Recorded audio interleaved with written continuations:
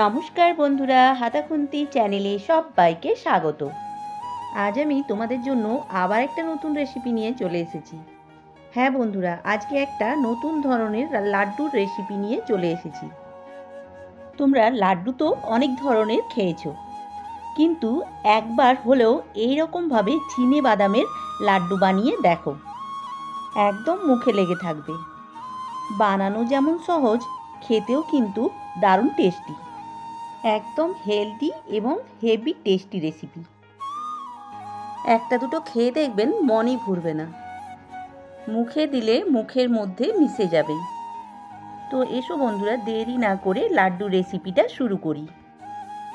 সবার প্রথমে গ্যাস ধরিয়ে একটা কড়াই বসিয়ে দিয়েছি। কড়াইয়ের মধ্যে নিয়ে নিচ্ছি 1.5 কাপ চিনেবাদাম। এখানে আমি কাঁচা বাদাম নিয়েছি, তাই কড়াইয়ের মধ্যে হালকা আঁচে বাদামগুলোকে ভেজে নিচ্ছি।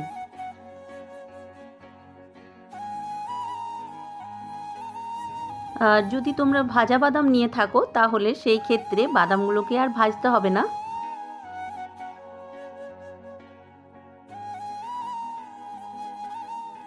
বাদামগুলোকে লো ফ্লেমে ভেজে নিয়েছি, আর বাদামগুলো কিন্তু এখন খুব সুন্দরভাবে ভাজা হয়ে গেছে। বাদামগুলো ভাজা হয়ে গেলে দেখবে বাদামের গায়ে এরকম ফাটা ফাটা হয়ে যাবে। আবার এদিকেও খেয়াল রাখতে হবে বাদামগুলো যেন বেশি ভাজা না হয়ে যায়, তাহলে বাদামগুলো তেতো হয়ে যাবে আর খেতেও ভালো লাগবে না। এবারে গ্যাসের আঁচ থেকে নামিয়ে বাদামগুলোকে খুব ভালো করে ঠান্ডা করে নেব।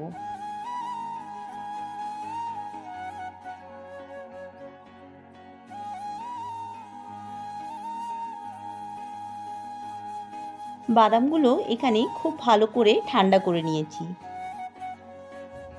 এখানে যে বাদামের খোসাগুলো আছে সেগুলো এবার একটু ছাড়িয়ে নেব। বাদামগুলো এরকম হাত দিয়ে ঘষে ঘষে নিলেই দেখবে খুব সুন্দরভাবে খোসাগুলো বাদাম থেকে আলাদা হয়ে যাবে। এখানে বাদামগুলো খুব ভালোভাবে পরিষ্কার করে নিয়েছি আর খোসাগুলোকে আলাদা করে নিয়েছি। এবারে এই বাদাম থেকে আমি কিছুটা বাদাম আলাদা করে নেব।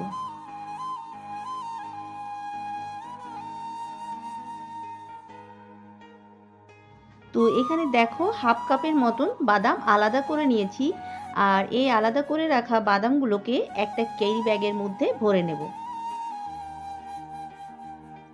এবারে নোড়ার সাহায্যে বাদামগুলোকে একটু আধা ভাঙা করে নেব।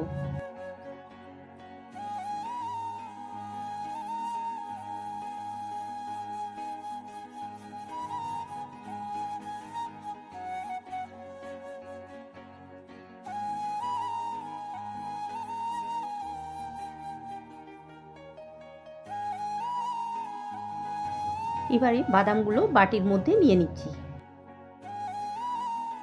তো এই দেখো বন্ধুরা, কিছুটা বাদাম আমি এইরকমভাবে রেডি করে নিয়েছি। এদিকে আমি একটা মিক্সিং জার নিয়েছি, আর ওই মিক্সিং জারের মধ্যে বাদবাকি বাদামগুলোকেও আমি নিয়ে নেব।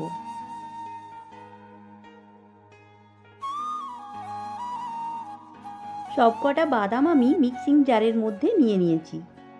এবারে মিক্সির ঢাকা লাগিয়ে মিক্সির মধ্যে একটু ঘুরিয়ে নিয়েছি। বাদামের গুঁড়োটা আমি খুব সুন্দর করে ঘুরিয়ে নিয়েছি, আর এই বাদামের গুঁড়োটা যে একদম পাউডারের মতন গুঁড়ো হবে এমনটা নয়।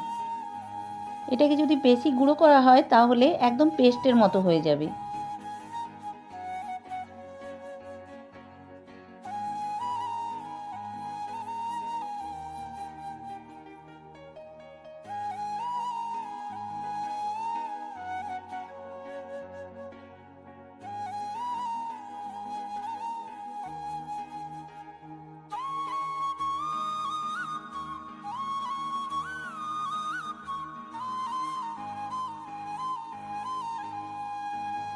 বাদামের গুঁড়োটাকে আমি একটা বাটির মধ্যে নিয়ে নিচ্ছি।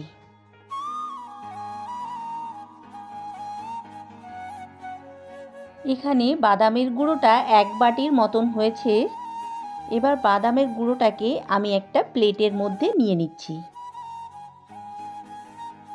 এবার লাড্ডুর টেস্ট বাড়ানোর জন্য বাদামের মধ্যে আমি 4 চামচের মতো গুঁড়ো দুধ নিয়ে নিচ্ছি। এবার এই গুঁড়ো দুধটাকে বাদামের সঙ্গে খুব ভালোভাবে মিক্স করে নিচ্ছি। আর এখানে গুঁড়ো দুধ না থাকলে নাও দিতে পারো, তবে গুঁড়ো দুধ দিলে কিন্তু খেতে ভালো লাগবে। বাদামের সঙ্গে গুঁড়ো দুধ মিশিয়ে নিয়েছি। এবারে কড়াইয়ের মধ্যে আমি 1 কাপের মতন নিয়ে নিচ্ছি চিনি।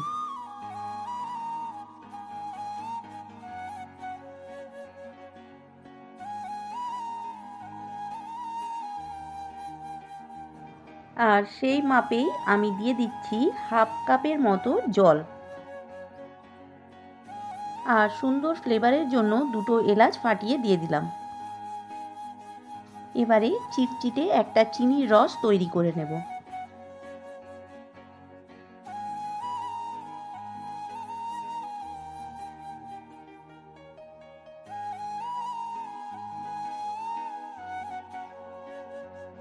এখানে চিনিটা গলে গিয়ে চিনির রসটা খুব সুন্দরভাবে ফুটে উঠেছে আর রসটা একটা চিটচিটে ভাব চলে এসেছে। এবারে এই পর্যায়ে গুঁড়ো দুধ আর বাদামের গুঁড়োটা দিয়ে দিচ্ছি, ভালোভাবে মিশিয়ে নেব।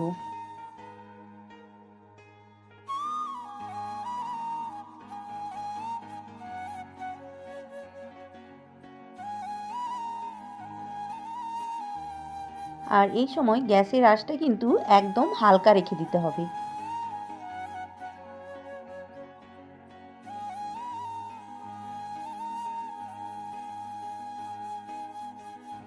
বাদাম আর গুঁড়ো দুধটাকে খুব ভালোভাবে মিশিয়ে নিয়েছি। এবারে 1 থেকে 2 মিনিটের মতো খুব ভালোভাবে পাক দিয়ে নেব।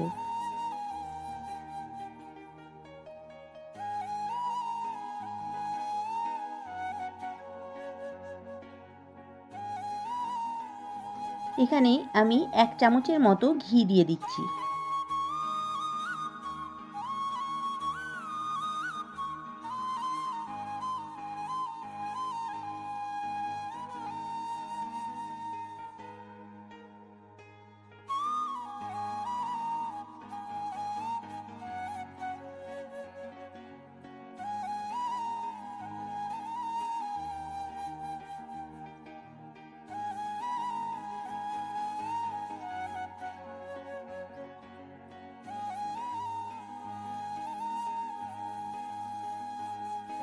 কিছুক্ষণ পাক দেওয়ার পর দেখবে কড়াইয়ের থেকে ছেড়ে ছেড়ে আসবে।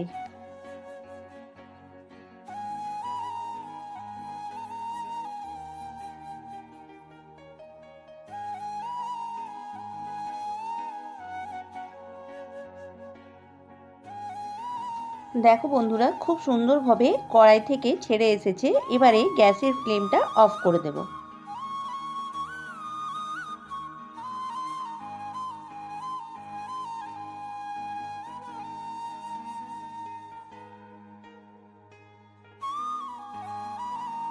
এবারে গ্যাসের আঁচ থেকে নামিয়ে নিচ্ছি, একটা থালার মধ্যে নামিয়ে নেব। এবার হালকা গরম থাকা অবস্থায় আমি হাতের সাহায্যে গোল করে লাড্ডুর আকারে বানিয়ে নিচ্ছি।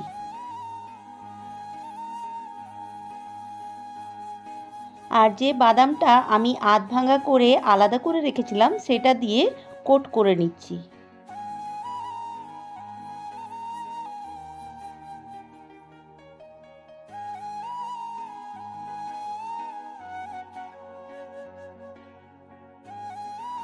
লাড্ডুগুলো তৈরি করার সময় একদম নরম মনে হবে, কিন্তু যখন ঠান্ডা হয়ে যাবে একদম জমে যাবে। ঠিক একইভাবে আমি সবকটা লাড্ডু তৈরি করে নিচ্ছি।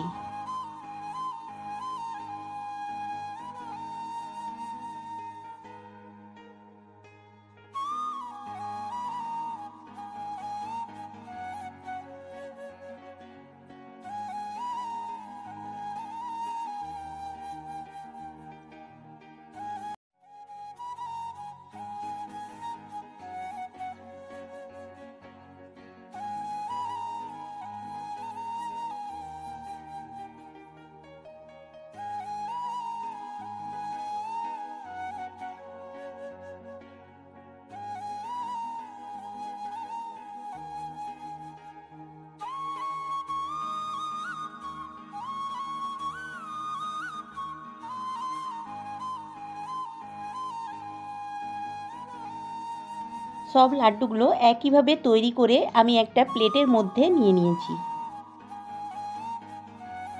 তো এখানে বন্ধুরা সব কটা লাড্ডু আমি সুন্দরভাবে তৈরি করে নিয়েছি।